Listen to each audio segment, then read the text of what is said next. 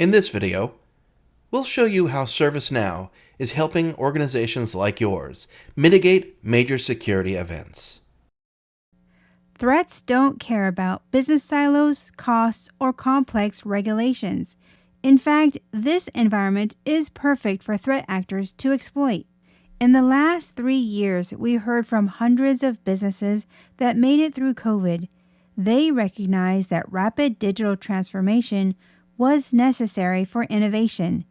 These efforts often exposed, sometimes even created, siloed technology and processes, resulting in not only data challenges, but also in 2021, global banks incurred $20.3 billion in operational loss.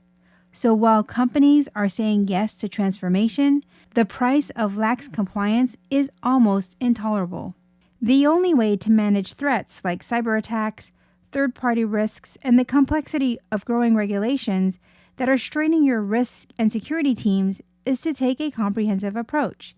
This means making better use of detection and monitoring, process automation, and investing in a true integrated risk platform to quickly identify security threats and then respond to them before they do irreparable damage. Let's see how one company, PGL Bank, has embedded risk and security across their organization to manage these threats firsthand. Meet Sarah, PGL Bank's Chief Information Officer. Her security teams have come a long way from the bad old days when the vulnerability team would run scans and then document everything on spreadsheets. Then they'd have to throw things over the wall for the operations teams to fix, and hopefully receive an email saying the patches were applied. Or how their security analysts would have to spend hours, days, or even longer working on incidents because of all of the manual steps required. Sarah and her team quickly realized they needed a more efficient way to address security incidents and vulnerabilities in order to reduce their overall risk exposure. Moving to the ServiceNow platform provides a single source of truth and a modernized foundation where data connects people and processes.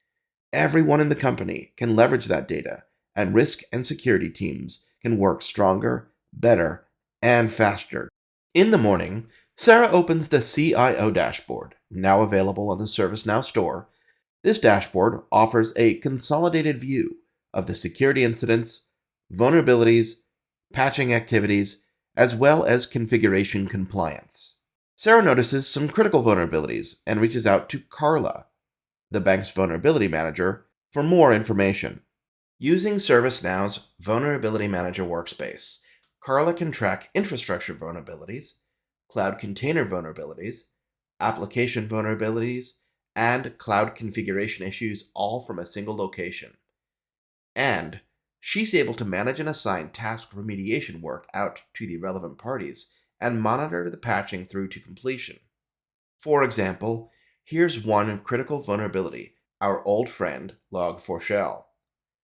Carla created a custom view or watch topic to monitor how the organization has been managing this particular vulnerability.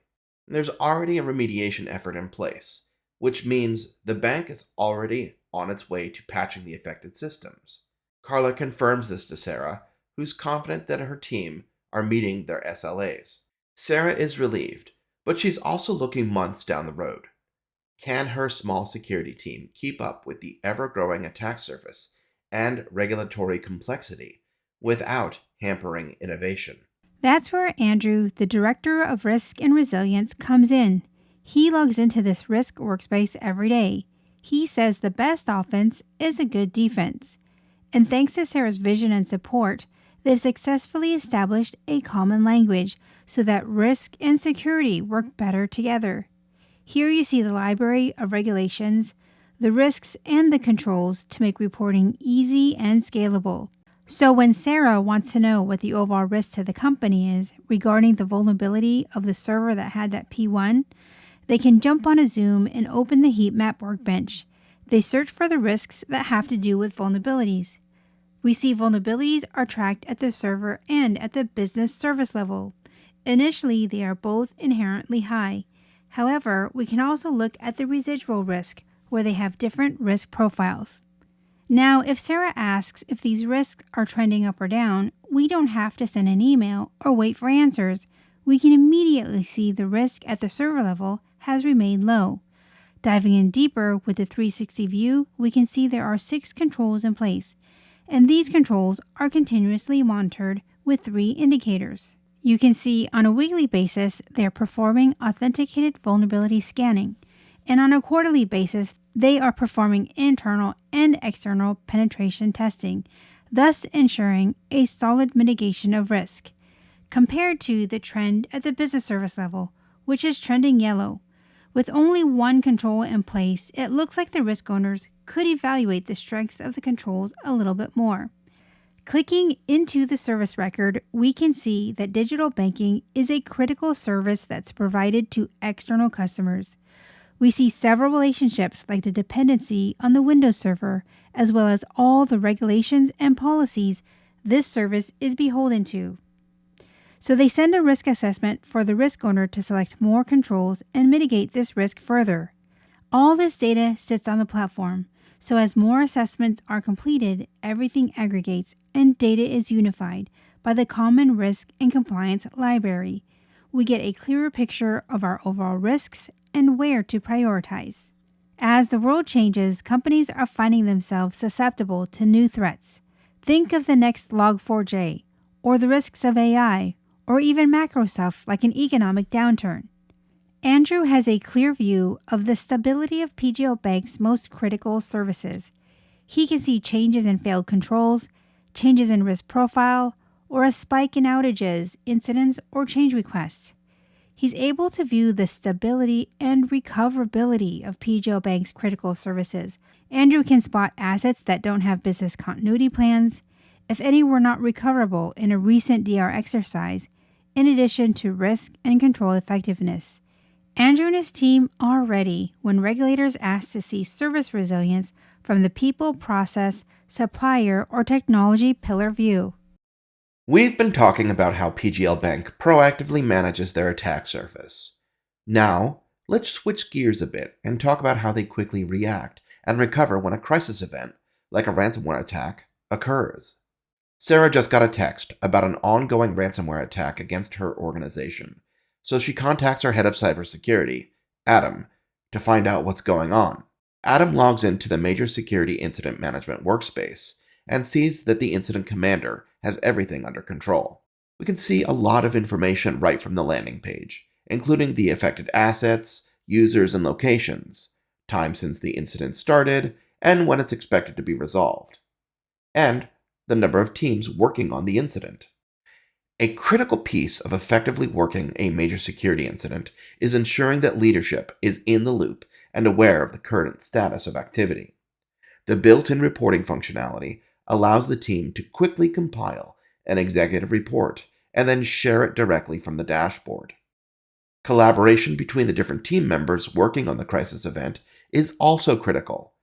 Major Security Incident Management automatically spins up Microsoft SharePoint folders for storage of artifacts and important documentation, as well as Microsoft Teams channels to allow the various team members to communicate. And all that Teams communication is saved right here on the dashboard. Lastly, and perhaps most importantly, the incident commander needs to ensure everything is being responded to quickly and accurately, as the various security incidents and vulnerabilities are being remediated, and that tasks are being assigned and managed appropriately. The visual task board helps them do just that. We can see that patches are already being scheduled, firewall blocks are in place, legal and public relations are involved, and a disaster recovery plan has been activated. Let's take a look at how PGL Bank's Business Continuity Manager does just that. John, the business continuity director, and the red team are on it. 2 plans have been activated. The customer support continuity plan to notify customers and implement manual workarounds until service is restored, and the application failover plan. And you can see all the tasks here in order of execution. They've completed the first 2, and 2 are in progress. They are on their way to recovery. Crisis averted!